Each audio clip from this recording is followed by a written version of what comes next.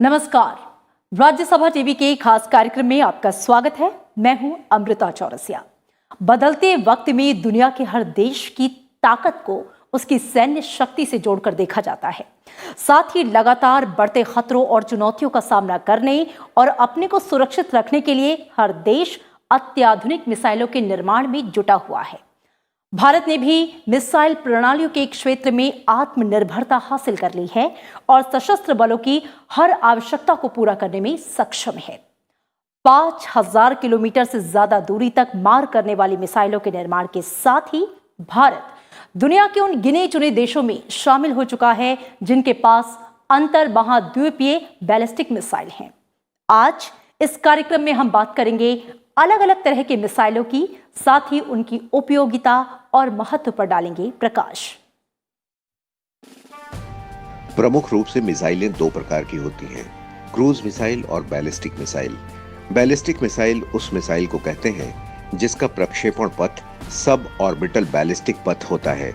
ये आकार में काफी बड़ा होता है और भारी वजन के विस्फोटकों को ले जाने में सक्षम होता है। ये मिसाइल अपना ईंधन लेकर चलते हैं। ये मिसाइल अपने प्रक्षेपण के प्रारंभिक चरण में ही निर्देशित की जाती हैं। इसके बाद इनका पथ ऑर्बिटल मैकेनिक्स के सिद्धांतों और बैलिस्टिक्स के सिद्धांतों से निर्धारित होता है।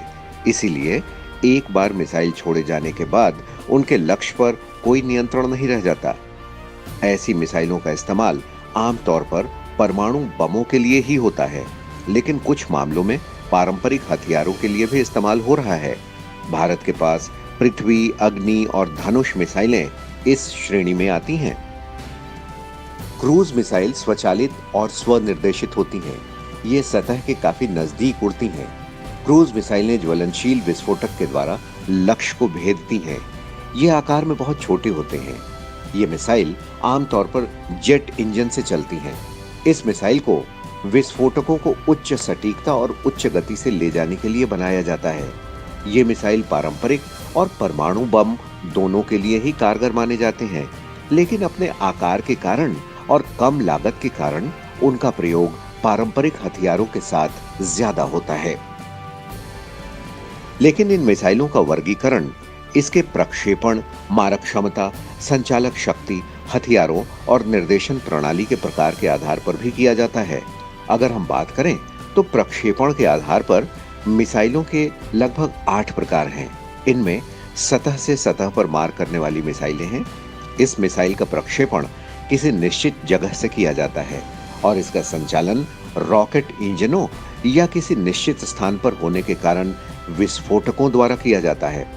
सतह से हवा में मार करने वाली मिसाइल, इन मिसाइलों का विकास सतह से आसमान में उड़ने वाले लक्ष्यों को भेदने के लिए किया जाता है। सतह से समुद्र में मार करने वाली मिसाइल, इनका प्रयोग सतह से समुद्र में स्थित लक्ष्यों को भेदने के लिए किया जाता है। हवा से हवा में मार करने वाली मिसाइल, इनका प्रयोग शत्रु के विमानों को नष्ट करने में किया जाता है। इन मिसाइलों की गति मैक तक हो सकती है। हवा से सतह पर मार करने वाली मिसाइल, इस प्रकार की मिसाइलों का विकास किसी वायुयान से जमीन या समुद्र की सतह पर स्थित लक्ष्यों को भेदने में किया जाता है। इनमें उच्च तकनीक जैसे लेजर निर्देश और जीपीएस का प्रयोग भी किया जाता है। समुद्र से समुद्र में मार करने वाली मिसाइल, इन मिसाइलों का विकास अपने जहाजों से शत्रु के जहाजों को नष्ट करने में किया जाता है। समुद्र से सतह पर मार करने वाली मिसाइल, इन मिसाइलों का प्रयोग जहाजों से समुद्र तटों या सतह पर स्थित लक्ष्यों को भेदने में किया जाता है। टैंक रोधी मिसाइल, इनका प्रयोग टैंकों और अन्य युद्धक वाहनों को नष्ट करने के लिए किया जाता है। इन्हें वायुयान, हेलीकॉप्टरों, टैंक और कंधों पर रखे जाने वाले प्रक्षेपकों द्वारा भी प्रक्षेपित किया जाता है। मारक क्षमता के आधार पर मिसाइलों के प्रकार की बात करें तो इनमें कम दूरी तक मार करने वाली मिसाइलें हैं, जिनकी क्षमता करीब 1000 किलोमीटर मध्यम दूरी की होती है। वहीं मध्यवर्ती दूरी बैलिस्टिक मिसाइल की क्षमता 3000 किलोमीटर से 5500 किलोमीटर तक होती है और दूर तक मार करने की क्षमता वाली बैलिस्टिक मिसाइल की रेंज 5500 किलोमीटर से अधिक होती है। वॉरहेड आधार पर मिसाइलों में मुख्यतः पारंपरिक और सामरिक हथियार होते हैं। पारंपरिक हथियार ले जाने में सक्षम मिसाइलों से उच्च ऊर्जा वाले विस्फोटकों को ले जाते हैं। इनका प्रयोग निश्चित लक्ष्यों को भेदने में किया जाता है। वहीं सामरिक हथियार ले जाने में सक्षम मिसाइलों का प्रयोग प्रमुख रूप से न्यूक्लियर हथियारों को ले जाने में किया जाता है, जिनका उद्देश्य सामूहिक विनाश करना होता है। गाइडेंस सिस्टम के आधार पर मिसाइलों को वर्गीकृत करें तो इनमें वायर गाइडेंस सिस्टम है। इस प्रकार के मिसाइलों में तार के जरिए निर्देश दिए जाते हैं, जो मिसाइल के प्रक्षेपण के समय निर्देश देने के बाद उससे अलग हो जाते हैं। दूसरा है कमांड गाइडेड सिस्टम। इस प्रकार के मिसाइलों पर प्रक्षेपण के बाद भी उन पर नजर रखी जा सकती है। इन्हें रेडियो, लेजर, पतले तारों और ऑप्टिकल फाइबर से भी निर्देश दिए जा सकते हैं। तीसरा है टेरेन गाइडेंस सिस्टम। इस प्रकार की मिसाइलों में संवेदनशील अल्टीमीटर यानी ऊंचाई नापने वाले यंत्र लगे होते हैं। मिसाइलों की शक्ति उनके प्रपल्शन पर भी निर्भर करता है। इनमें ठोस प्रपल्शन, इस प्रकार की मिसाइलों में ठोस ईंधन का इस्तेमाल किया जाता है। ये प्रमुख रूप से एल्यूमिनियम का पाउडर होता है और ठोस ईंधनों के प्रयोग से इसे आसानी से संग्रहित किया जा सकता है और उच्च गति भी पाई जा सकती है। तरल प्रपर्शन की मिसाइलों में तरल ईंधनों का प्रयोग किया जाता है। ये ईंधन प्रमुख रूप से हाइड्रोकार्बन होते हैं। इनके प्रक्षेपण आसानी से ईंधन के बहाव को वाल्व के जरिए रोककर नियंत्रित किए जा सकते हैं। हाइब्रिड प्रपल्शन की मिसाइलों में ठोस और तरल ईंधनों का इस्तेमाल होता है। रैमजेट में हवा के प्रवाह मिसाइल की गति के साथ ही होता है। निश्चित गति पर पहुंचने के बाद ईंधन को जलाने पर बड़ी मात्रा में गैसें पैदा होती हैं और ये पाराध्वनिक गति से बाहर निकलती हैं। वहीं स्क्रैमजेट रैमजेट इंजनों का विकसित रूप है, जिसका अर्थ होता है सुपरसोनिक कंबस्शन रैमजेट। इनमें तेज गति पर गैसों को जलाया जाता है और इसमें ईंधन के रूप में हाइड्रोजन का प्रयोग किया जाता है। वहीं बात करें क्रायोजेनिक प्रपल्शन की, तो इस मिसाइल में कम तापमान पर ईंधन का प्रयोग किया जाता है।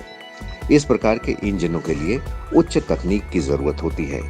इन मिसाइलों से लंबी दूरी तक बेहतर गति प्राप्त किया जा सकता है। गति के आधार पर क्रूज मिसाइलें 3 प्रकार की हो सकती हैं। इनमें सबसोनिक क्रूज मिसाइल हैं, जिनकी रफ्तार ध्वनि की रफ्तार से कम होती है। ये मिसाइलें मैक 81 मैक ध्वनि के रफ्तार के बराबर यानी 343 होती हैं। वहीं सुपरसोनिक क्रूज मिसाइल लगभग मैक 3 से 2 की रफ्तार से उड़ने में सक्षम होती हैं, यानी ये लगभग 1 किलोमीटर की दूरी 1 सेकंड में तय कर लेती हैं। उच्च गति से उड़ने के कारण ये मिसाइलें अति विध्वंसक होती हैं। भारत और रूस के सहयोग से निर्मित ब्रह्मोस मिसाइलें इसी श्रेणी में आती हैं। ब्रह्मोस मिसाइल विश्व में अपनी श्रेणी का एकमात्र कार्यरत मिसाइल है और हाइपरसोनिक क्रूज मिसाइल जोमैक से अधिक गति से उड़ने वाली मिसाइलें इस श्रेणी में 5 आती हैं। भारत में ब्रह्मोस 2 का विकास इस श्रेणी में किया जा रहा है। विश्व के कई अन्य देश भी इस तरह की मिसाइलों के विकास की प्रक्रिया में शामिल हैं। मिहिर पांडे, राज्यसभा टीवी। असैन्य परमाणु कार्यक्रम के साथ जरूरी है कि परमाणु हथियारों को ले जाने लायक तंत्र भी हो। भारत ने इस जरूरत को समझते हुए अग्नि और पृथ्वी जैसी कई और दूसरी स्वदेशी मिसाइलें विकसित की हैं। देश के पास अब न सिर्फ कम दूरी और मध्यम दूरी की बैलिस्टिक मिसाइलें हैं, बल्कि इंटरमीडिएट दूरी की बैलिस्टिक मिसाइलें और इंटरकॉन्टिनेंटल बैलिस्टिक श्रेणी की मिसाइलें भी हैं। इसके अलावा भारत के पास समुद्र से दागी जा सकने वाली मिसाइलें और सबमरीन लॉन्च्ड बैलिस्टिक मिसाइलें भी हैं। इनमें से ज्यादातर मिसाइलें परमाणु हथियार ले जाने में सक्षम हैं। 4, 3, 2, 1, now. भारत में बैलिस्टिक मिसाइलों पर अनुसंधान 1960 के दशक में शुरू हुआ। डॉक्टर एपीजे अब्दुल कलाम की अगुवाई में भारत ने 1982 में महत्वाकांक्षी मिसाइल कार्यक्रम की शुरुआत की। Integrated guided missile development programme के तहत भारत ने जल्द ही मिसाइल तकनीक को उन्नत बनाने में कामयाबी पाई। डीआरडीओ ने 1989 में अग्नि 1 का सफल परीक्षण कर भारत को मिसाइल की दुनिया में चुनिंदा देशों की सूची में ला खड़ा किया। मौजूदा वक्त में परमाणु क्षमता से लैस अग्नि मिसाइलें भारतीय मिसाइल प्रणाली की मुख्य रीढ़ हैं। भारत के पास MRBM यानी मीडियम रेंज बैलिस्टिक मिसाइल श्रेणी की अग्नि 1, अग्नि 2, IRBM यानी इंटरमीडिएट रेंज बैलिस्टिक मिसाइल श्रेणी की अग्नि 3, अग्नि 4, जबकि ICBM यानी इंटरकॉन्टिनेंटल बैलिस्टिक मिसाइल श्रेणी की अग्नि 5 मिसाइलें सेवा दे रही हैं। ये सभी मिसाइलें 1 टन से 3 टन पेलोड ले जाने में सक्षम हैं। DRDO इनके अलावा अग्नि 6 को विकसित करने पर भी काम कर रहा है। माना जा रहा है कि इसकी मारक क्षमता 8 से 10,000 किलोमीटर तक होगी। इनके अलावा परमाणु क्षमता से लैस पृथ्वी मिसाइलें भी भारत की महत्वपूर्ण ताकत हैं। भारत के एकीकृत मिसाइल विकास कार्यक्रम के तहत पृथ्वी पूर्ण रूप से स्वदेश में निर्मित पहली बैलिस्टिक मिसाइल है। भारतीय वैज्ञानिकों ने 25 फरवरी 1988 को पृथ्वी मिसाइल का सफल परीक्षण कर कामयाबी की नई इबारत लिखी। कम दूरी तक मार करने वाली पृथ्वी मिसाइल के कई संस्करण हैं। इनमें 150 किलोमीटर तक मार करने वाली पृथ्वी 1 के अलावा 250 किलोमीटर तक मार करने वाली पृथ्वी 2 और 350 किलोमीटर तक मार करने की काबिलियत रखने वाली पृथ्वी 3 मिसाइल शामिल हैं।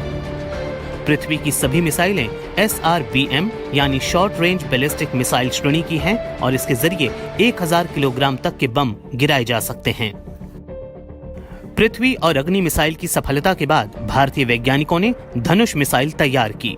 धनुष मिसाइल पृथ्वी मिसाइल का ही नौसैनिक संस्करण है। ये एकल चरणीय तरल ईंधन से संचालित पोत आधारित और कम दूरी की बैलिस्टिक मिसाइल है। सतह से हवा में मार करने वाली आकाश मिसाइलों का विकास 1990 में शुरू किया गया था। इस मिसाइल की सबसे खास बात यह है कि इसे टैंकों या ट्रकों जैसे चलित प्लेटफॉर्मों से भी लॉन्च किया जा सकता है। ब्रह्मोस मिसाइल भारत और रूस के द्वारा विकसित की गई सुपरसोनिक मिसाइल है। ये देश की अब तक की सबसे आधुनिक मिसाइल प्रणाली है। रेमजेट तकनीक पर आधारित ब्रह्मोस सुपरसोनिक मिसाइल 200 से 300 किलोग्राम पेलोड के साथ 300 किलोमीटर की दूरी पर अपने लक्ष्य को भेज सकती है। इस मिसाइल को जमीन से, हवा से, पनडुब्बियों से या युद्धपोत से भी प्रक्षेपित किया जा सकता है। अक्टूबर 2014 में DRDO ने स्वदेशी तकनीक से विकसित देश की पहली सबसोनिक मिसाइल निर्भय का परीक्षण किया। बहुत सशक्त मिसाइल प्रणाली हमने अपने देश को दी है, उसका नाम है ब्रह्मोस। ब्रह्मोस एक ऐसी शस्त्र प्रणाली है जो हमने थल सेना, वायुसेना और जल सेना इन तीनों के लिए बनाकर दी हुई है। इनके अलावा सतह से हवा में मार करने वाली त्रिशूल मिसाइल, समुद्र से प्रक्षेपित की जा सकने वाली बैलिस्टिक मिसाइल सागरिका का भी विकास किया गया है। SLBM यानी submarine launched ballistic missile Sagarika को 2008 में विशाखापट्टनम के तटीय क्षेत्र से छोड़ा गया था। ये मिसाइल 700 किलोमीटर की दूरी तक मार कर सकती है। इसराइल के सहयोग से बनी बराक 1 और बराक 8 मिसाइलें सतह से हवा में मार करने वाली मिसाइलें हैं। इनके अलावा भारत के पास नाग और सतह से सतह पर मार करने वाली सामरिक प्रक्षेपास्त्र शौर्य मिसाइल को भी विकसित किया गया है, जो 1 टन परंपरागत या परमाणु हथियार ले जाने में सक्षम है। हाल के दिनों में DRDO ने करीब 10 मिसाइलों का सफलतापूर्वक परीक्षण कर एक नया कीर्तिमान बनाया है। जिन मिसाइलों के सफल परीक्षण किए गए हैं उनमें हाइपरसोनिक मिसाइल शौर्य, ब्रह्मोस का लेटेस्ट वर्जन, परमाणु हथियार ले जाने में सक्षम पृथ्वी, हाइपरसोनिक मिसाइल तकनीक विकास vehicle Rudram 1, anti radiation missile एवं supersonic missile assisted release torpedo शामिल हैं। 7 सितंबर को हाइपरसोनिक प्रौद्योगिकी प्रदर्शन वाहन HSDTV का ओडिशा के व्हीलर द्वीप स्थित डॉक्टर APJ अब्दुल कलाम प्रक्षेपण केंद्र से सफलतापूर्वक प्रक्षेपण किया गया। इसके जरिए हाइपरसोनिक स्क्रैमजेट प्रौद्योगिकी का सफल परीक्षण किया गया। High speed expendable aerial target HEAT का सफल उड़ान परीक्षण 22 सितंबर को ओडिशा के अंतरिम परीक्षण रेंज बालासोर से किया गया। परीक्षणों के दौरान 2 प्रदर्शनकारी वाहनों का सफलतापूर्वक परीक्षण किया गया। इस वाहन का उपयोग विभिन्न मिसाइल प्रणालियों के मूल्यांकन के लिए लक्ष्य के रूप में किया जा सकता है। Laser guided anti tank guided missile ATGM का सफलतापूर्वक परीक्षण 22 सितंबर 2020 को अहमदनगर के KK range arms corps centre and school में MBT अर्जुन टैंक से किया गया। इन परीक्षणों में ATGM ने 3 किलोमीटर की दूरी पर स्थित लक्ष्य को सफलतापूर्वक अपना निशाना बनाया। सुपरसोनिक क्रूज मिसाइल ब्रह्मोस स्वदेशी बूस्टर और एयरफ्रेम सेक्शन के साथ ही कई अन्य मेड इन इंडिया उप प्रणालियों से युक्त सतह से सतह तक मार करने वाली सुपरसोनिक क्रूज मिसाइल ब्रह्मोस का ओडिशा में ITR बालासोर से 30 सितंबर 2020 को सफलतापूर्वक परीक्षण किया गया। स्वदेश निर्मित laser guided anti tank guided missile का 1 अक्टूबर 2020 को लंबी रेंज पर स्थित एक टारगेट को भेदते हुए सफलतापूर्वक परीक्षण किया गया। ओडिशा तट से दूर व्हीलर द्वीप से 5 अक्टूबर 2020 को supersonic missile assisted release of torpedo का सफलतापूर्वक परीक्षण किया गया। Whenever a system is ready, we are going for the developmental trials in that. So as part of that, number of systems which have become matured today, they all have been tested in the last 1.5 months period. And yes, the maturity level of many technologies is such that we had very successful flights of them. Bharat ने पनडुब्बी से छोड़ी जाने वाली ballistic missile K4 भी विकसित कर ली है, जो परमाणु सक्षम एक बेहद उन्नत सबमरीन बैलिस्टिक मिसाइल मानी जाती है। DRDO द्वारा विकसित ये मिसाइल 3,500 किलोमीटर तक मार कर सकती है। इसे भारतीय नौसेना की ताकत बढ़ाने के लिहाज से मील का अहम पत्थर माना जा रहा है। भारत अपनी सुरक्षा व्यवस्था को लेकर हमेशा से सजग रहा है। 1990 के बाद से भारतीय रक्षा अनुसंधान और विकास संगठन यानी कि DRDO बैलिस्टिक मिसाइल रक्षा यानी कि BMD प्रणाली विकसित करने में जुटा हुआ है। इसमें पृथ्वी एयर डिफेंस और एडवांस एयर डिफेंस मिसाइल कार्यक्रम शामिल है और साथ ही पिछले कुछ समय में भारत रूस और अमेरिका से एयर डिफेंस सिस्टम खरीदकर अपने डिफेंस सिस्टम को मजबूत करने की दिशा में लगातार प्रयास कर रहा है। तो चलिए आपको बताते हैं इन एयर डिफेंस सिस्टम्स के बारे में।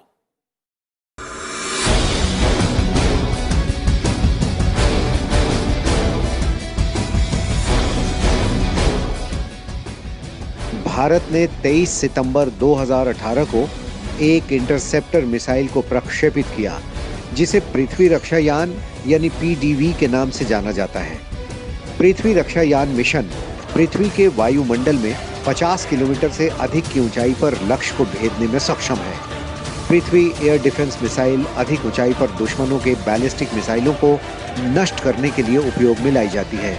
वहीं एडवांस एयर डिफेंस मिसाइल निचले सतह पर दुश्मनों के बैलिस्टिक मिसाइलों को भेदने के लिए है।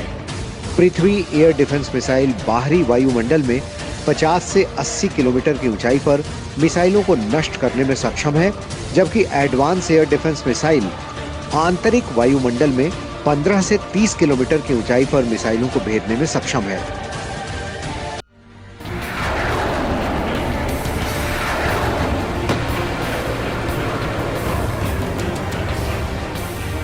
National advance surface to air missile system 2 NASAMS का अधिक विकसित रूप है, जिसमें टारगेट का पता लगाने के लिए अधिक क्षमता वाले रडार और 3D पेंसिल बीम निगरानी तकनीक का इस्तेमाल किया गया है। NASAMS 2 में 2 बैटरी का इस्तेमाल किया गया है, जिनमें एक साथ 12 मिसाइलों को फिट किया जा सकता है।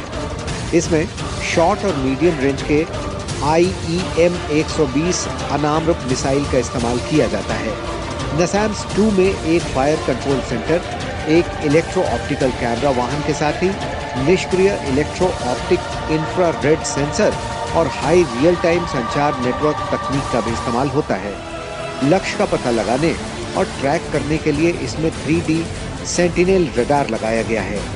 इसमें वॉशिंगटन के डिफेंस नेटवर्क की ही तरह दुश्मनों की मिसाइलों को आसमान में ही कम से कम समय में ट्रैक करने और उन्हें नष्ट करने के लिए फ्री डिस्ट्रीब्यूशन सेंटर के अलावा कमांड और कंट्रोल यूनिट भी होगी।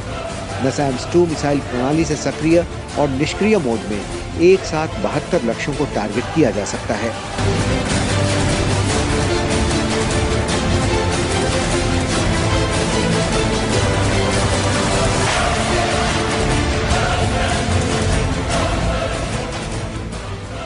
S-400 air defence missile system एक ऐसा सिस्टम है जो बाहरी मिसाइल हमलों से देश की रक्षा करती है। इसमें खास तरह का कमांड और कंट्रोल सिस्टम होता है। वहीं ऑब्जेक्ट को टारगेट करने के लिए इसमें कई रडार यूनिट्स लगे हुए हैं। यही वजह है कि यह संभावित मिसाइल हमले की तुरंत जानकारी देता है। जब जरूरत पड़ती है तो ये एंटी मिसाइल दागकर दुश्मन की मिसाइल को मार गिराता है। SS-400 डिफेंस मिसाइल प्रणाली में लगे रडार 100 से लेकर 300 टारगेट को ट्रैक कर सकते हैं। साथ ही इसकी मदद से भारत 600 किलोमीटर तक की रेंज में ट्रैकिंग कर सकता है। इस सिस्टम में मौजूद सुपरसोनिक और हाइपरसोनिक मिसाइलें 30 किलोमीटर तक की ऊंचाई पर 400 किलोमीटर की सीमा के अंदर दुश्मन के aircraft, fighter jet, stealth plane, missile सहित ड्रोन और सभी तरह के हवाई लक्ष्यों को भेदने में सक्षम है। इस डिफेंस प्रणाली से विमानों, क्रूज और बैलिस्टिक मिसाइलों के साथ साथ जमीनी ठिकानों को भी निशाना बनाया जा सकता है। इसके अलावा ये मिसाइल प्रणाली एक ही समय में 400 किलोमीटर की रेंज में 36 टारगेट को निशाना बना सकती है।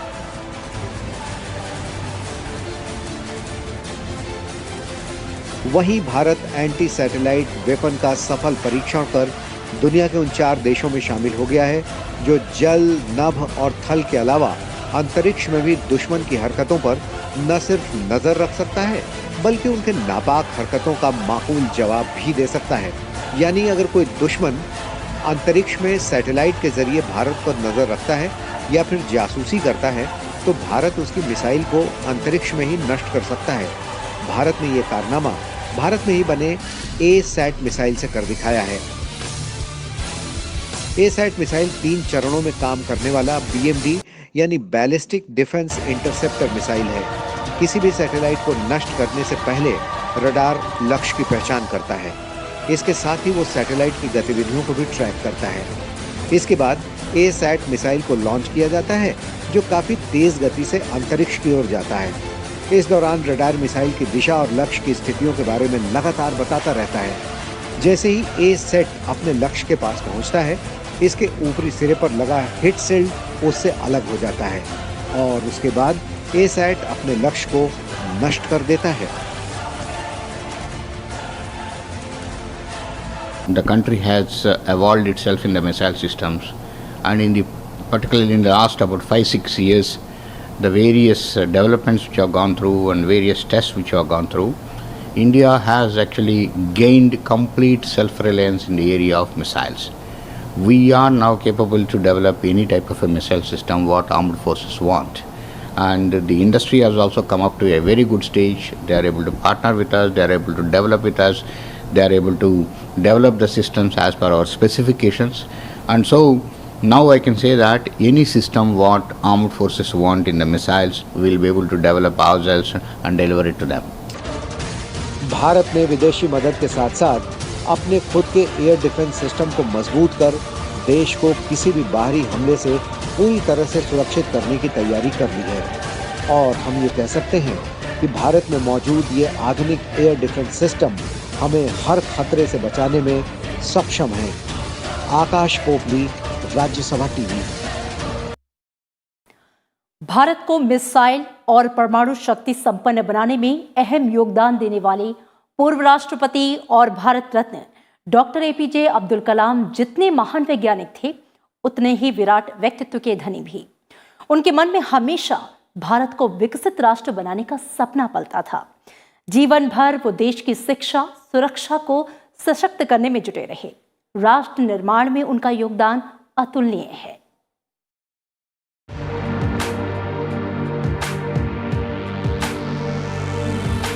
सच्चे मायने में राष्ट्र पुरुष, मार्गदर्शक, एक महान वैज्ञानिक, दार्शनिक, सच्चा देशभक्त और ना जाने कितनी उपाधियों से सम्मानित डॉक्टर APJ अब्दुल कलाम सही मायनों में भारत रत्न थे। और सबसे बढ़कर एक अच्छे इंसान, जिन्होंने जमीन से जुड़े रहकर जनता के राष्ट्रपति के रूप में लोगों के दिलों में अपनी खास जगह बनाई। एक ऐसा इंसान जो बच्चों, युवाओं और बुजुर्गों सभी के बीच लोकप्रिय थे। देश का हर बच्चा, युवा उन्हें अपना आदर्श मानता था। डॉक्टर कलाम ने देश के सशक्तिकरण और निर्माण में अतुलनीय योगदान दिया। यही नहीं, आज अगर हम अपनी जमीन से हवा में मार करने वाले मिसाइल, टैंक भेदी मिसाइल और री-एंट्री एक्सपेरिमेंट लॉन्च व्हीकल यानी रैक्स मिसाइलों की वजह से खुद को सुरक्षित महसूस करते हैं, तो इसमें सबसे महत्वपूर्ण योगदान missile man doctor Abdul Kalam का ही है।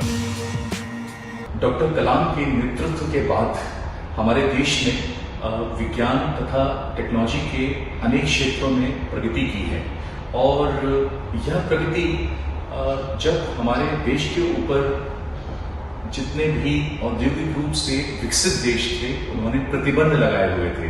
उन प्रतिबंधों के बावजूद हमने ये प्रगति करी हुई है। देश में मिसाइल निर्माण और मिसाइल कार्यक्रम में डॉक्टर अब्दुल कलाम की भूमिका बेहद ही महत्वपूर्ण है। भारत के रक्षा अनुसंधान और विकास संगठन यानी DRDO के मिसाइल कार्यक्रम के वो अगुवा रहे।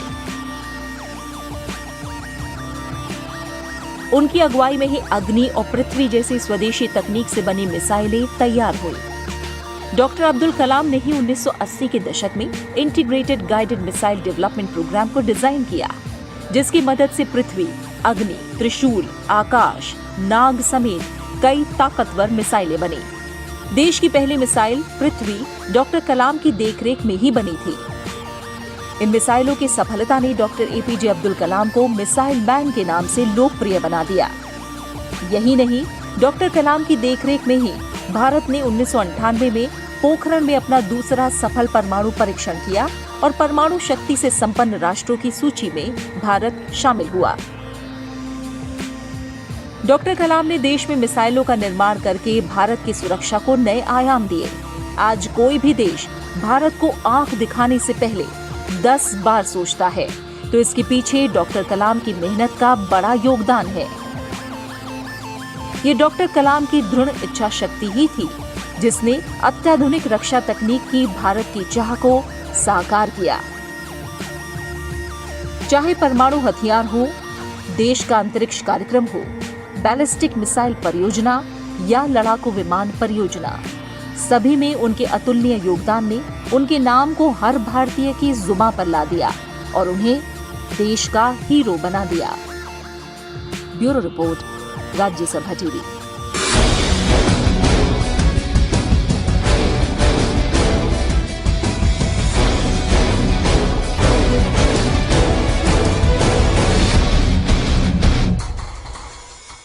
इसी के साथ इस खास कार्यक्रम में इतना ही। आप देखते रहिए राज्यसभा टीवी। नमस्कार।